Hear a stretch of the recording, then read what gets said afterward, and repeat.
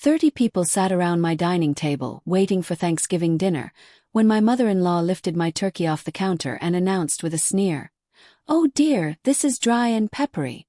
Don't worry everyone, I'll fix this." She didn't look at me. She didn't ask. She just grabbed my husband's phone, ordered pizza, and declared my holiday meal a failure, while the perfectly cooked turkey I'd prepared sat untouched on the table.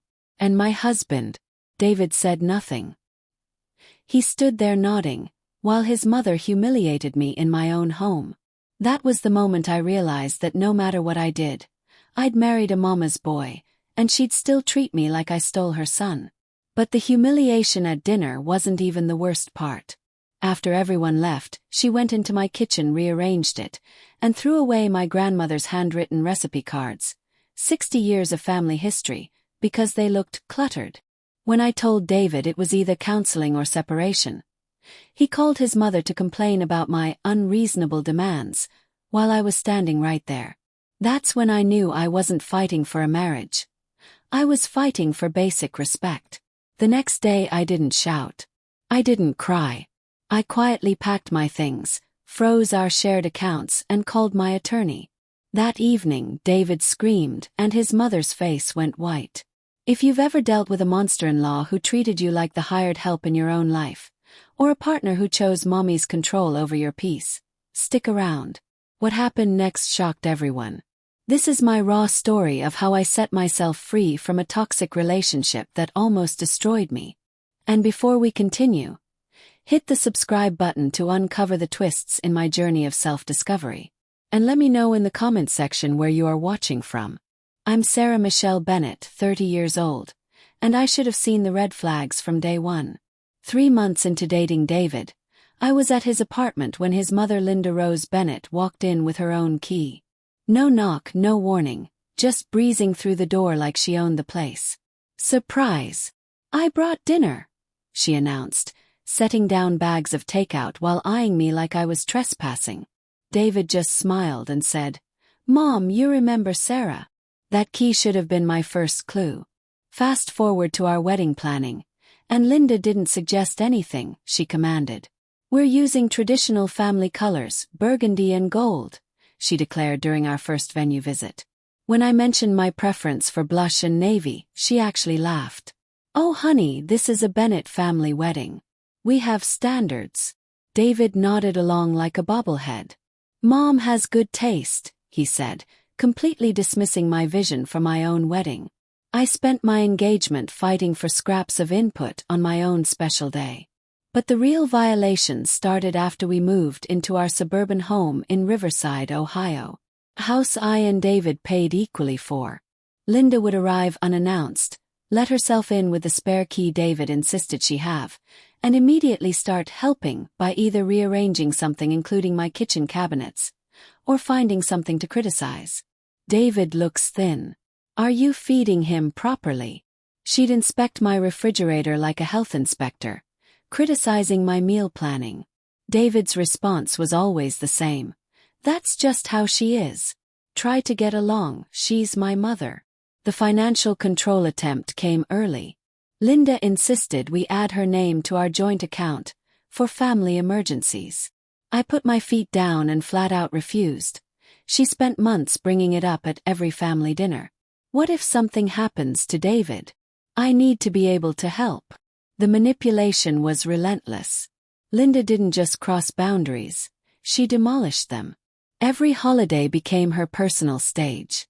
She'd arrive at our house with boxes of decorations, completely replacing my Christmas ornaments with family heirlooms.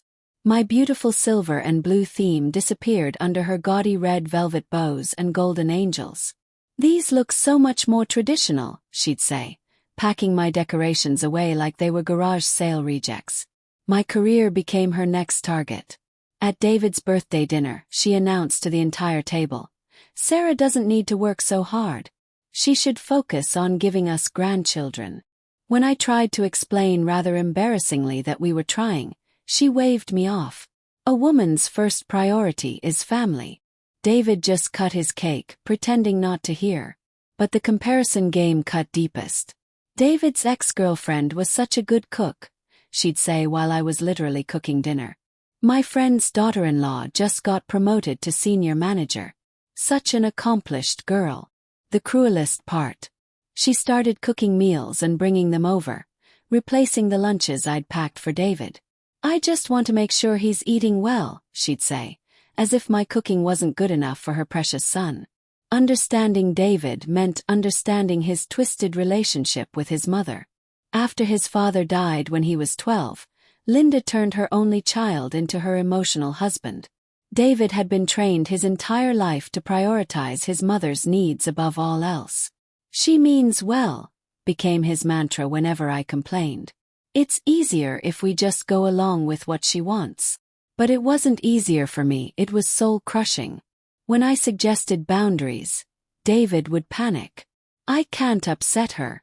She's been through so much." His conflict avoidance wasn't keeping peace. It was enabling abuse.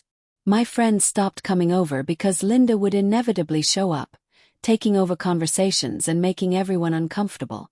"Your mother-in-law gives me the creeps," my best friend finally admitted.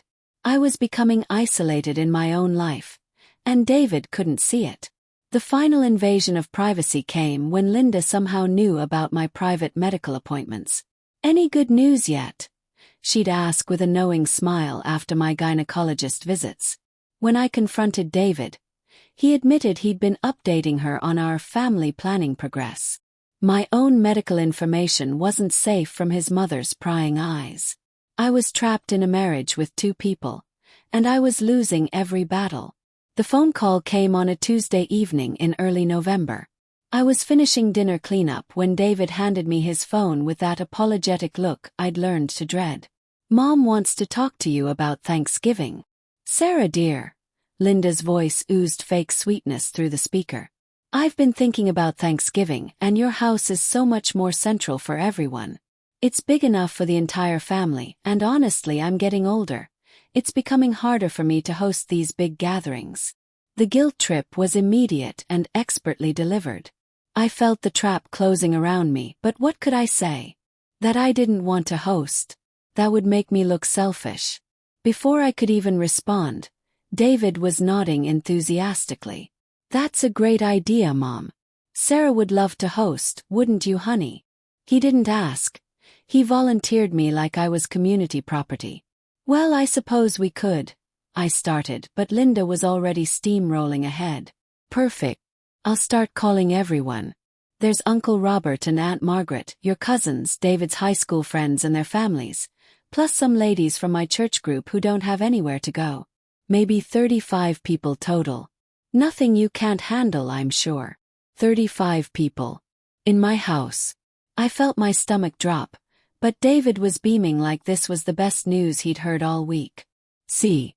Mom's being so thoughtful, including everyone." As I hung up, Linda's parting shot echoed in my ears. "Don't worry, dear, I'll be there to help with everything. We'll make it absolutely perfect." I didn't feel good about this. But if this was going to bring us closer, if this was what will make my mother-in-law acknowledge my efforts, I'll do it with all my heart. What followed was 2 weeks of pure psychological torture. The daily phone calls started immediately. "Sarah, I've been thinking about the menu. We should do a traditional spread. Turkey, stuffing, sweet potato casserole, green bean casserole, cranberry sauce, rolls, and at least 3 pies." She rattled off the list like a drill sergeant giving orders. "That sounds like a lot for 35 people, I said, mentally calculating the cost and effort. "Maybe we could simplify." "Oh no, dear. The Bennett family expects a proper Thanksgiving. I'll email you my recipes. Use my stuffing recipe, yours is too bland. And make sure you get a 20-pound turkey. Actually, better get 2 just to be safe." 2 turkeys. The planning spiraled out of control as Linda's suggestions became non-negotiable demands. Every day brought new requirements. "Are you sure your oven is big enough for everything? Do you even have proper serving dishes? What about chairs? You'll need to rent at least 15 more. And tables. You can't seat 35 people at your little dining table." The shopping trips became a nightmare. My grocery bills hit $400 just for the first round of ingredients. I maxed out our credit cards, renting tables, chairs, and serving equipment. Meanwhile, Linda's calls intensified. Did you remember to get the good butter? Not the cheap stuff. And make sure the turkey is organic. Robert has digestive issues. When I tried to discuss the overwhelming logistics with David, he'd wave me off. Mom's helping you plan everything. What's the problem? He couldn't see that her help was actually demands with a smile painted on top. When I mentioned the cost, he shrugged. It's for family. We can afford it. The recipe demands became personal attacks on my cooking skills. My green bean casserole is a family favorite. You'll need to make it exactly like mine. And the sweet potato casserole requires mini marshmallows. Not the big ones. Details matter, Sarah. She'd call during my lunch breaks at work, interrupting meetings to quiz me on preparation timelines and ingredient lists. By the second week, I was having stress dreams about undercooked turkey and missing side dishes. I'd wake up in cold sweats, mentally reviewing my cooking schedule. Linda's voice haunted my thoughts. Are you sure you can handle this? It's a big responsibility feeding this many people properly. The worst part was David's complete obliviousness to my mounting panic. You're doing great, honey. Mom says everything sounds perfect. He couldn't see that I was drowning in expectations that kept increasing with each passing day. Linda arrived Wednesday morning with 3 suitcases, as if she was moving in permanently. I thought I'd come early to help with prep, she announced, breezing past me into my kitchen. Within minutes, she'd taken over completely. Oh dear, your spice rack is all wrong, she declared, immediately pulling out bottles and rearranging them alphabetically. How do you find anything? And these measuring cups are in the wrong cabinet. I watched helplessly as she reorganized my entire kitchen according to her system, criticizing my organization methods with every move. Then she found my grandmother's recipe box on the counter, the same weathered wooden box that had guided 3 generations of holiday cooking. Linda picked it up dismissively, flipping through the handwritten cards. These old cards are so cluttered, dear. The writing is faded, and they're stained with years of use. Very unsanitary. She set the box aside like it was contaminated. I've brought proper typed recipes. Much more hygienic. My heart clenched watching her dismiss my family's culinary heritage so casually. Those recipes weren't just instructions. They were connections to my grandmother's hands, her voice, her love expressed through food. But Linda saw only clutter where I saw treasure. The invasion extended beyond my kitchen. She criticized our guest room temperature. It's far too warm in here. Don't you believe in fresh air? She rearranged our bathroom toiletries. These should be organized by frequency of use. She even had opinions about our thermostat settings, adjusting it 3 times before dinner. The final insult came at bedtime when she knocked on our bedroom door. David, sweetie, could you help me understand your shower? The water pressure is quite weak, and I couldn't find any decent shampoo. She was treating our home like a subpar hotel, with me as the inadequate staff. And David, he'd conveniently received an emergency work call that required him to go into the office for the entire evening. Sorry honey, you and Mom can handle the prep without me, right? He escaped just as his mother's takeover reached peak intensity, leaving me trapped with a woman who was systematically dismantling my authority in my own home. As I lay in bed that night, listening to Linda rummage through my kitchen cabinets, I was hoping and praying for Thanksgiving not to be a horror show. But even I was not prepared for what happened. My alarm was set for 6 a.m., but Linda was already in my kitchen when I stumbled downstairs at 5:45. She'd made coffee, and had ingredients spread across every available counter surface. Good morning, dear, she chirped, as if commandeering my kitchen before dawn was perfectly normal. I thought I'd get started on the sides to help you out. She'd already begun her green bean casserole, the smell of fried onions filling the air. My carefully planned cooking schedule lay forgotten on the counter while she worked from her own timeline. I hope you don't mind, but I moved your turkey prep up an hour. We need the oven space, and frankly, you were cutting it too close. I stared at my beautiful 25-pound turkey, which I'd planned to start at 8 a.m., now sitting naked and cold on my counter because Linda had decided my timing was wrong. Linda, I had everything scheduled. Trust me, dear. I've been doing this longer than you've been alive. She didn't even look up from her casserole assembly. Why don't you focus on getting dressed? Your guests will start arriving soon, and you'll want to look presentable. My guests in my house, but somehow they'd become hers to manage. I retreated upstairs to shower, and when I came back down 30 minutes later, Linda had transformed my kitchen into her personal command center. She'd rearranged my prep stations, moved my carefully organized ingredients, and started 3 different side dishes simultaneously. Perfect timing, she announced as I walked in. I need you to start the stuffing while I handle the turkey seasoning. And Sarah. She looked me up and down with obvious disapproval. Is that what you're wearing? It's a bit casual for hosting 30 people. I looked down at my burgundy sweater and black slacks, an outfit I'd specifically chosen for cooking and serving. I thought this was appropriate for maybe something more festive. You want to look the part of a proper hostess. Her tone suggested I looked like anything but. I spent the next 20 minutes changing into a dress that would be completely impractical for kitchen work, but apparently met Linda's standards for proper hosting. By 10 a.m., the first guests were arriving, Linda's sister Margaret Louise Bennett and her husband Carl. Linda positioned herself at the front door, greeting them with hugs and taking their coats. "Welcome to our Thanksgiving," she announced, while I stood behind her like hired help. "Sarah, this is my sister Margaret," Linda introduced, as if Margaret hadn't met me at 4 previous family gatherings. She brought her famous cranberry bread. The emphasis on famous made it clear whose contributions mattered. More relatives arrived in waves, and the pattern became obvious. Linda greeted everyone, directed them to seating, took their coats, and accepted their compliments on her beautiful table settings, which I'd spent hours arranging the night before. I became invisible in my own home, reduced to taking drink orders and fetching appetizers while Linda held court in my living room. The worst part was watching David. When his college buddy Mike arrived with his wife, David transformed. Suddenly animated and social. He gave Mike a tour of our house, proudly showing off the rooms. Meanwhile, I was in the kitchen frantically trying to coordinate 6 different dishes under Linda's constant supervision.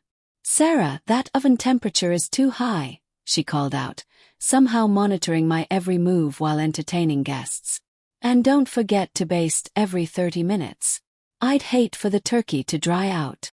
Her voice carried into the living room, ensuring everyone knew she was the expert keeping my cooking on track. As more family members arrived, Linda's introductions became increasingly pointed. "This is Sarah, David's wife," she'd say to her church friends. "She tries so hard to keep up with family traditions, but you know how challenging that can be for someone who didn't grow up with them." Her smile never wavered, but the message was clear. I was an outsider playing dress-up in their family.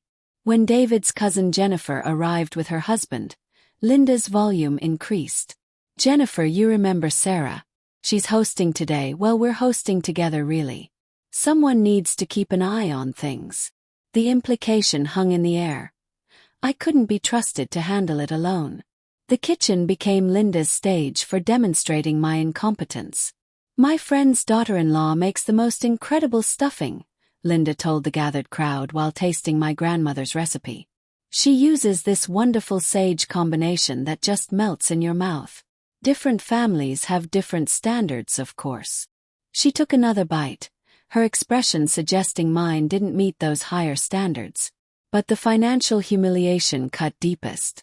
When David's uncle asked about our beautiful home, Linda jumped in with her version of history. "We had to help them with the down payment, you know. Young couples today just can't manage these big purchases on their own." She shook her head sympathetically while I stood there, speechless with rage. The truth was I'd paid my full half of the down payment with my inheritance money from my grandfather. Linda had contributed to David's half, something she'd held over our heads ever since. But her version made it sound like they'd rescued 2 irresponsible kids, Not that she'd helped her adult son buy a house with his wife. David's friends from his gym arrived around noon, and suddenly my exhausted husband became the life of the party. He laughed loudly at their jokes, grabbed beers from my carefully stocked refrigerator, and settled into the living room like he was a guest at someone else's party. When I shot him a desperate look from the kitchen, arms full of serving dishes, hair falling out of its careful style, sweat beading on my forehead, he avoided eye contact completely. I was running on 3 hours of sleep and pure adrenaline, physically exhausted from managing 6 complex dishes while emotionally drained from Linda's constant criticism.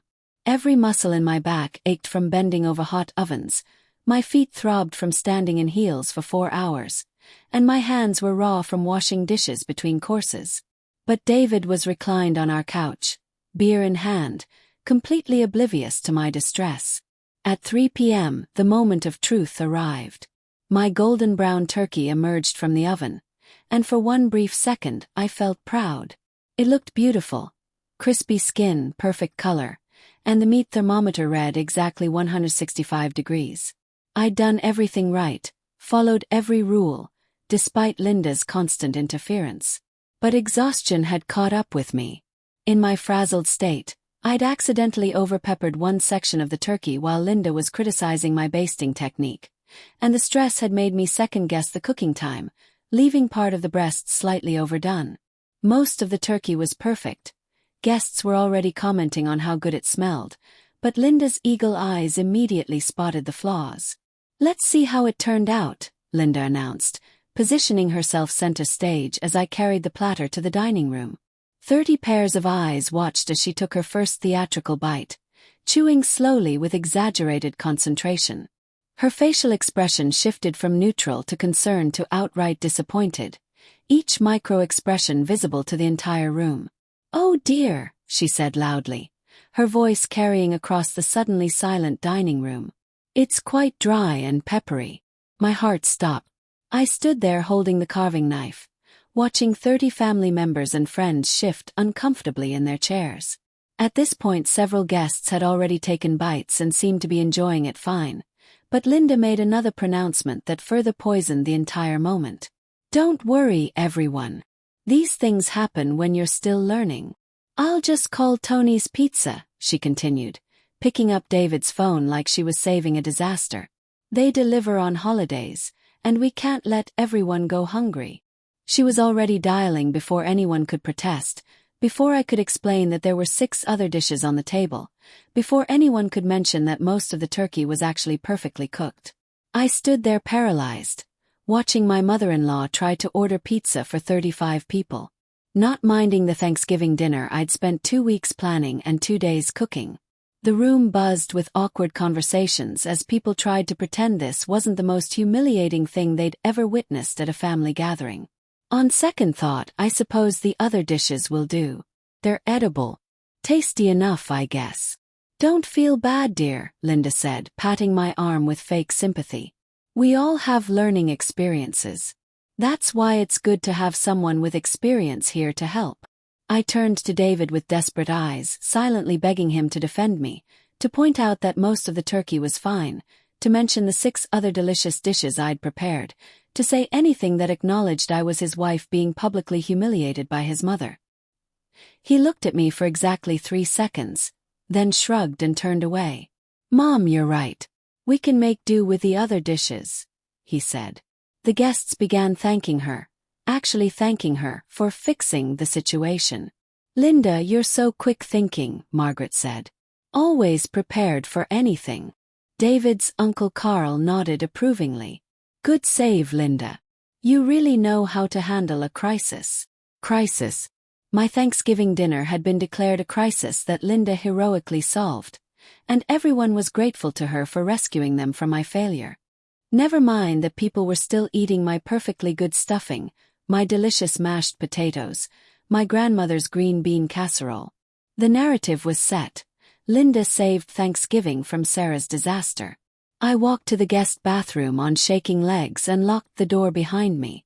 Sitting on the closed toilet seat, I finally let the tears fall. Through the thin walls, I could hear laughter from the dining room.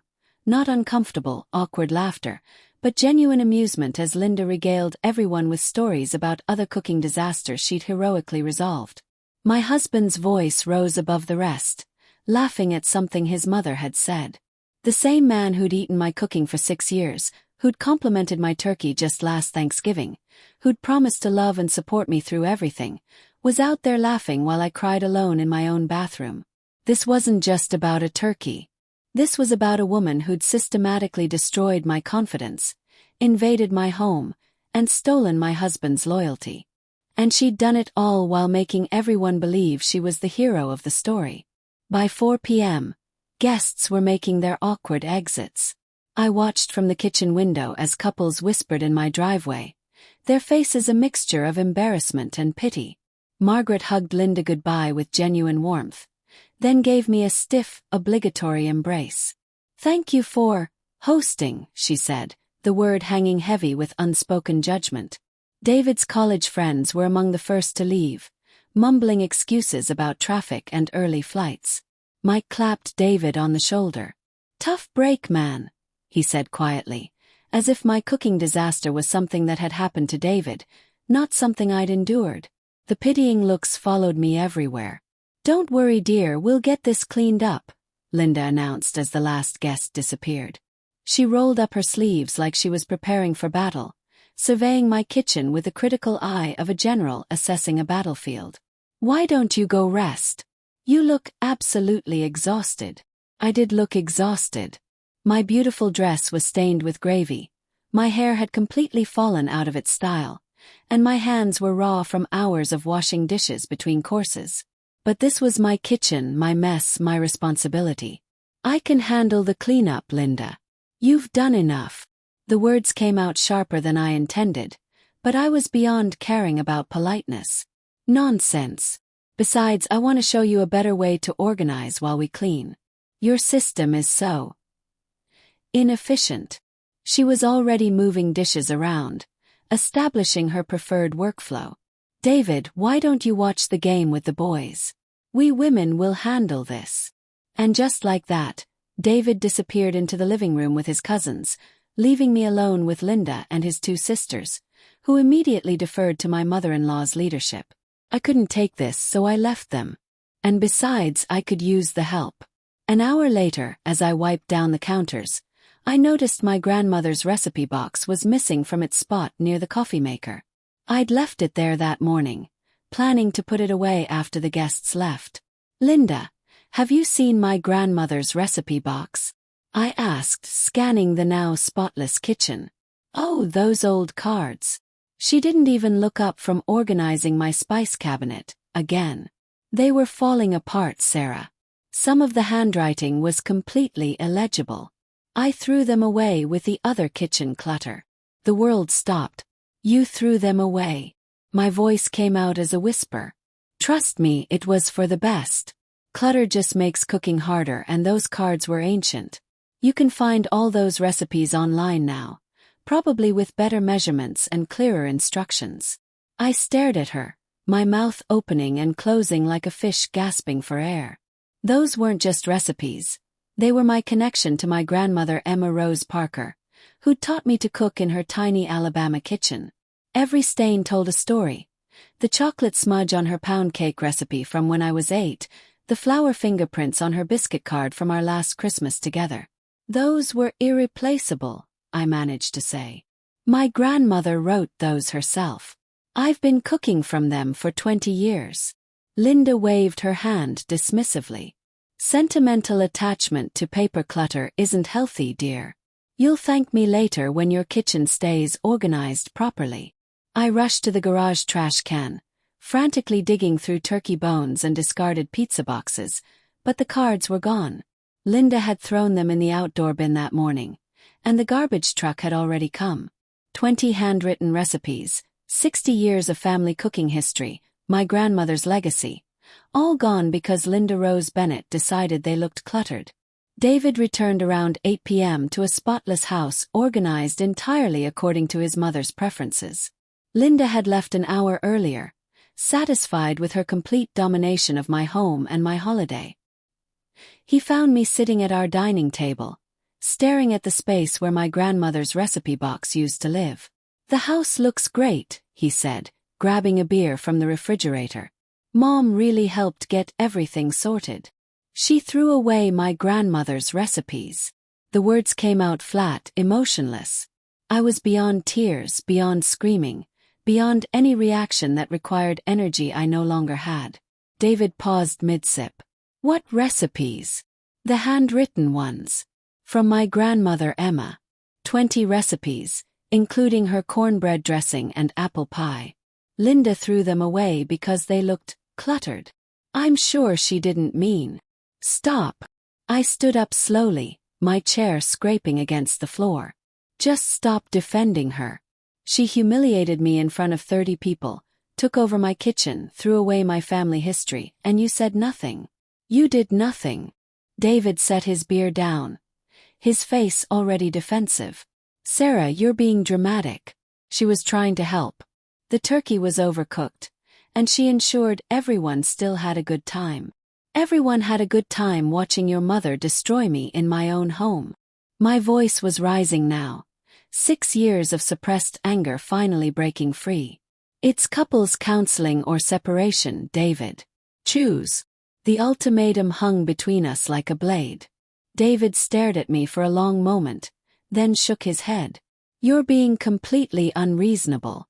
Mom spent her whole day helping you, and this is how you repay her." He pulled out his phone and dialed her number right there in front of me. "Mom." "Yeah, Sarah's really upset. I know. She wants us to go to couples counseling because of today." "No, I tried to explain that you were just helping. I listened to my husband seek comfort from his mother about our marriage problems." The same woman who had just spent the day systematically humiliating me was now being consulted about our relationship crisis. David nodded along with whatever Linda was saying, occasionally glancing at me with a mixture of annoyance and pity. That's when the clarity hit me like a physical blow. I wasn't married to David Bennett. I was the third wheel in his relationship with Linda Rose Bennett. I had been competing with his mother for 6 years, and I had lost every single battle because the game was rigged from the start. He hung up and turned to me with practiced patience. "Mom thinks you're just overwhelmed and tired. Maybe you should apologize tomorrow when you've calmed down." "Apologize?" "To the woman who had stolen my holiday, destroyed my family heirlooms, and humiliated me in public. I was supposed to apologize because Linda Rose Bennett's feelings mattered more than my dignity, my history, or my marriage." I walked upstairs and began packing a bag. The woman who had cried alone in her bathroom 3 hours earlier was gone, replaced by someone with perfect clarity about what came next. I woke up Friday morning on my best friend Jessica's couch, having left our house at 10 p.m. the night before while David was still on the phone with his mother. My overnight bag sat by the door like a question mark. Was this temporary or permanent? David called at 7 a.m. "Sarah, you need to come home. We can work this out." But his tone suggested I was the problem that needed fixing, not the dynamic that had destroyed our marriage. "Did you apologize for your mother throwing away my grandmother's recipes?" "Yes." Silence. "Then, she didn't mean to upset you. Those cards were really falling apart." Hung up. By noon he was texting, "Mom feels terrible about the recipe thing. She said she'll help you find those recipes online." As if Google could replace my grandmother's handwriting, her personal notes, her love baked into every stained card. Our final conversation happened Sunday evening in our living room, the same room where Linda had held court 3 days earlier. David sat on the couch where he'd laughed with his friends while I was being humiliated in the kitchen. "She's always been part of my life, Sarah. She always will be," he said, as if stating an immutable fact. "If you can't accept that, maybe we're not compatible." There it was. After 6 years of marriage, he'd finally said it out loud. His mother came first. I wasn't competing with Linda Rose Bennett for my husband's love. I was the mistress in their relationship, and I'd just been dismissed. Moving out took 3 weeks. Jessica's spare room became my temporary headquarters while I found a storage unit for our shared furniture. The hardest part was dividing our life, deciding which wedding gifts belonged to whom, which memories I could take and which I had to leave behind. Linda wasted no time declaring victory. Within days, she was calling extended family to share her version of events. David's wife just couldn't handle family closeness, she told anyone who'd listen. Some women are threatened by strong family bonds. Margaret's daughter posted on Facebook about wives who try to come between mothers and sons, with enough details to make it obviously about me. The social media campaign was swift and brutal. Linda shared memes about ungrateful daughters-in-law, posted throwback photos of David as a child with captions like, "A mother's love is forever," and liked every comment from her church friends about wives who don't understand family values. I became the villain in their story, the selfish woman who abandoned her marriage because she couldn't appreciate her mother-in-law's help. My lawyer, Patricia Ann Coleman, was a no-nonsense woman in her 50s who'd handled hundreds of divorces. When we were looking at our finances, we discovered something I'd never noticed. Regular transfers from our joint account to Linda's personal account, always in round numbers. $500, $1,000, $2,000. Emergency repairs that were never documented, medical expenses that insurance should have covered, temporary loans that were never repaid. "Your husband's been transferring money to his mother for 3 years, Patricia explained, highlighting the transactions. "Did you authorize these?" I stared at the bank statements in shock. Over $30,000 had been quietly moved from our savings to Linda's account. David had never mentioned these transfers, never asked for my approval, never explained why his mother needed our money. David's shock when he learned he'd have to pay back the $30,000 with interest. And also I took half of everything. My new apartment was a one-bedroom sanctuary 30 minutes across town. Small but entirely mine, with a kitchen I could organize exactly how I wanted. The first thing I did was buy a new spice rack and arrange it alphabetically, the way that made sense to me, not Linda's arbitrary system. Recreating my grandmother's recipes became my obsession. I called every relative I could find, begging for their memories of Emma's cooking. My great-aunt in Birmingham still had 3 of the original recipes, which she photographed and texted me. Cousins in Mobile remembered the exact proportions for her cornbread dressing. Slowly, painstakingly, I rebuilt what Linda had destroyed. My first Thanksgiving as a single woman was perfect in ways I hadn't expected. 8 friends gathered in my tiny apartment, each bringing a dish and genuine appreciation for the meal. No one criticized my turkey or reorganized my kitchen. When I told the story of recreating my grandmother's apple pie from memory, they listened with tears in their eyes, understanding the magnitude of what had been lost and recovered. Dating again after 2 years of healing revealed how damaged my normal had become. When I mentioned my ex-mother-in-law to Marcus, a kind man I'd met through work. He was divorced too. We had been dating for 6 months now, and his mother took me like her daughter. My second Thanksgiving in the apartment became an annual tradition. Friends brought their chosen family members, other people who'd escaped toxic relatives and built better lives. We called it Friendsgiving, and the rule was simple. No walking on eggshells, no people-pleasing, no accepting disrespect in the name of keeping peace. For the first time in my adult life, holidays meant joy instead of anxiety. I woke up excited instead of dreading the day ahead. My kitchen stayed organized the way I liked it, my recipes stayed safe in their protective box, and no one questioned my competence or tried to save my guests from my cooking. The peace was extraordinary. No more hypervigilance about Linda's moods, no more translating David's cryptic warnings about keeping his mother happy, no more sacrificing my dignity to maintain someone else's comfort. I'd forgotten what it felt like to live without the constant undercurrent of criticism and control. Linda Rose Bennett had wanted to drive me away, and she'd succeeded. But in destroying my marriage, she'd accidentally given me the greatest gift of my adult life: freedom from her and everyone who enabled her. Sometimes the trash really does take itself out. Last I heard about David, he had been with 2 women who promptly left him after discovering how controlling his mother is. In fact, the last woman he dated almost hit her with a baseball bat after she let herself in with her spare key. She thought Linda was a burglar. The shock had Linda hospitalized for 3 days. David tried to reach out, but I made it clear that he was in my past. We had no future together. My career was going perfectly, with no family drama around me. I poured myself at work. I got promoted twice in less than 2 years. And was about to be promoted again to be regional sales manager at the company I worked at. If you've lived through a monster-in-law situation, I see you. Share your stories in the comments. Let's build a community of people who refuse to accept the unacceptable. Your experiences matter, and telling them helps others recognize they're not alone or crazy. You deserve a partner who defends you, not one who asks you to be more understanding of people who hurt you. You deserve someone who puts your marriage first. If reading this story made you think about your own relationship dynamics, trust those instincts. They're trying to tell you something important. Hit like if you've ever escaped a mama's boy, and subscribe for more stories about setting boundaries and choosing yourself. Share this with someone who needs to hear that their feelings are valid and their dignity isn't negotiable. Here's my final wisdom. Sometimes the trash really does take itself out, and that includes husbands who choose mommy over their wives.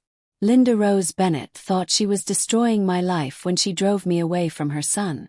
Instead, she freed me to find real love, genuine respect, and the peace that comes from never again accepting crumbs from someone else's table. The best revenge isn't getting even. It's building a life so beautiful that their opinion becomes irrelevant. Thank you for listening to my story.